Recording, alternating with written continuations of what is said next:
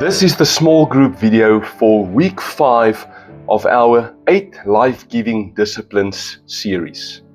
Welcome. Psalm 46 verse 10 says, "Be still, stop striving, and know that I am God." With this video, I want to help you to bring your complex life before God and begin to ask Him and trust Him to simplify your life inwardly. As I said in Sunday's message, we cannot talk about the outward expression of simplicity before we trust God to bring rest and simplicity to our inner being. It begins with an inward stillness and knowing that God is God. Would you, as a group, perhaps right at the start of this video, pause the video for 2 or 3 minutes and simply sit in silence and become aware of the fact that God is God and that He is your God and that you can rest in Him. Know that if you have accepted Jesus, God is your God, and therefore you can live simply with Him because He cares for you.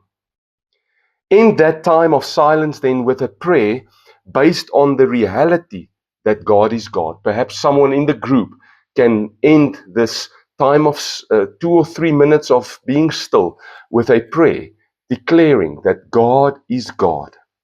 So pause the video for a few minutes and let's do this.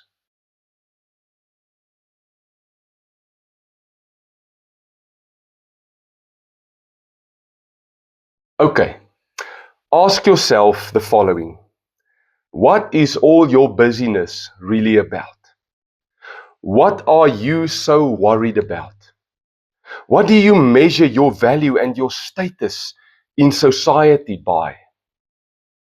What lies does society tell you about what life is really about and what life should look like that you perhaps have believed? What would it look like if you could simply lay these things down and realize that you can live without most of the stuff? How free would you feel if your life could become focused on what truly matters without the constant drive towards more things, more stuff, and the things that are actually unnecessary? This is what Jesus invites us to in Matthew chapter 6, through the invitation we spoke about on Sunday, where He said, "Do not worry about everything, but focus on and seek His kingdom." The first 4 disciplines that we discussed so far in this series, we called the inward disciplines. They deal with our inner life. This discipline that we are talking about today, the discipline of simplicity, begins inwardly, but it flows out towards an outward way of living. Like the other disciplines, this discipline will also ask some effort and a certain attitude from us. It will not happen automatically. We will have to work at it. It will also not happen immediately, but small steps at a time. Remember, we are not promoting some strange cult-like lifestyle where we create rules about how busy we should be or how much we should own, poverty, or to dictate how someone's schedule should look like. No, this is about a radically different lifestyle that goes against the current of that's promoted by society and our culture. But it's not because we want to be different simply for the sake of being different, but because this kind of lifestyle, this lifestyle of simplicity, focused on Jesus and on His kingdom, is a healthy lifestyle and will cause us to experience life and life to flow into us. The culture of our day tells us that we must accumulate more and more material possessions, that we must have the newest and the best of everything, that we must hold tightly onto these things, that we must attach our value and our self-worth to them, that we must climb the ladder of success, and that we must place our trust for the future in the things that we accumulate. Furthermore, our culture promotes an unfocused lifestyle. We rush between 10 different commitments we feel we need to be involved with because people expect it from us. Our relationships become complex and complicated because we are not focused, and this only complicates life even more. In contrast, God has planned for us to live a life of simplicity, where we are content with a central focus to seek first His kingdom. All the other areas of our lives can then fall into their proper place or fall away if it doesn't fit into that focus. This focus creates an inner reality of simplicity and contentment because we know that we are busy with what truly matters according to Jesus. It brings peace and it brings rest to our inner being. From that inner reality, we can then begin to simplify our outward lives. We can begin to live with fewer material possessions, which means that we can get rid of debt, which means we can live with less money, which means we can spend less time on our secular work or give more away to those in need or to God's purpose here on earth. We simply simplify the many things that demand our time, such as television, social media, and people. We begin to set boundaries about these things, which means we have more time for family and for genuine friendships, helping others, ministry, and so on. We become less entangled in unnecessary stuff.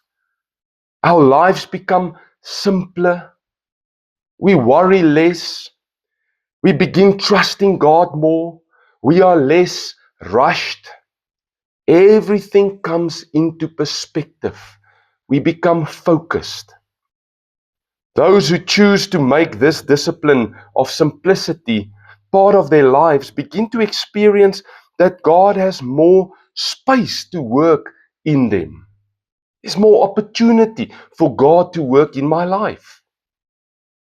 Just like the disciplines of meditation and prayer and fasting and study, the discipline of simplicity becomes a window through which God's life flows into us, and we are being transformed to become more like Jesus. Those who choose to practice this discipline also become witnesses to the rest of society that it is not necessary to live this complicated life. We do not become judgmental. It's not about being rich or poor, or busy, or having a full schedule or an empty schedule. People on both sides can live a simple life because it is about our central focus, seeking first the kingdom of God. A major part of the discipline of simplicity is determining when is enough enough. And this must naturally happen along with the Holy Spirit and not according to the standards of our culture around us. We must ask the Holy Spirit to help us in this, to determine when is enough enough. When do I have enough cars? Why have 3 cars if if 2 is more than enough? If I only need 2? When do I have a big enough house? When do I have a big enough TV? When do I have enough gadgets? How much money is enough to save each month? When do you have enough friends? When do you have enough activities, hobbies, appointments on your calendar? When have you said enough and is it time to be quiet? When do you have enough clothes? We could continue like this the whole evening. If we can reach a point where, together with the Holy Spirit, we can say, enough is enough, we can step out of the rat race and simplify our lives. Then we can begin to give away. Then we can begin using our money, our time, and our talents for more than just accumulating earthly stuff. Then we can begin seeking God's kingdom and His will for our lives. As we have already said, this flows naturally from an inward attitude, but it must find expression in our outward lifestyle. It's not enough to just say, I am inwardly content and I am inwardly at peace and simplified, but it doesn't find expression in our outward lifestyles. It should find expression in our simplifying our lifestyles. Now, Jesus addresses this point strongly in a parable in Luke chapter 12, verse 16 to 34, which I want to read and use to conclude. So listen to this parable by Jesus in Luke chapter 12 as I read it to you. And he told them this parable. The ground of a certain rich man yielded an abundant harvest. He thought to himself, what shall I do? I have no place to store my crops. Then he said, this is what I will do. I will tear down my barns and build bigger ones, and there I will store my surplus grain. And I'll say to myself, you have plenty of grain laid up for many years. Take life easy, eat, drink, and be merry. But God said to him, you fool, this very night your life will be demanded from you. Then who will get what you have prepared for yourself? This is how it will be with whoever stores up things for themselves, but is not rich toward God. Then Jesus said to his disciples, therefore I tell you, do not worry about your life, what you will eat, or about your body, what you will wear. For life is more than food, and the body more than clothes. Consider the ravens. They do not sow or reap. They have no storeroom or barn. Yet God feeds them. And how much more valuable you are than birds. Who of you, by worrying, can add a single hour to your life? Since you cannot do this very little thing, why do you worry about the rest? Consider how the wild flowers grow. They do not labor or spin. Yet I tell you, not even Solomon in all his splendor was dressed like one of these. If that is how God clothes the grass of the field, which is here today and tomorrow is thrown into the fire, how much more will He clothe you, you of little faith? And do not set your heart on what you will eat or drink. Do not worry about it.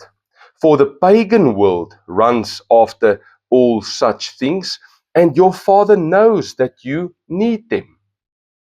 But seek His kingdom, and these things will be given to you as well. Do not be afraid, little flock, for your Father has been pleased to give you the kingdom. Sell your possessions and give it to the poor. Provide purses for yourselves that will not wear out, a treasure in heaven that will never fail, where no thief comes near and no moth destroys. For where your treasure is, there your heart will be also. So take a few moments and talk through the following or reflect on this by yourself. Firstly, in which areas of your life will you need to say, enough is enough?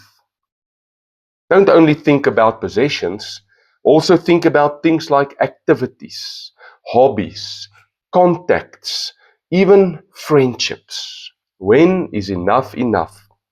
Dream a little bit about what the result would be if you could be content with what you have and stop chasing after more money, more status, more possessions.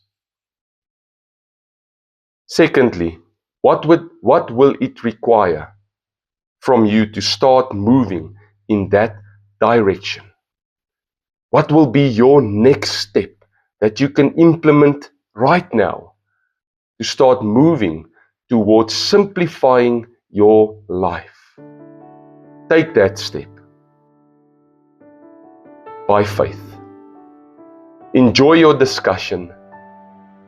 May you have a wonderful week.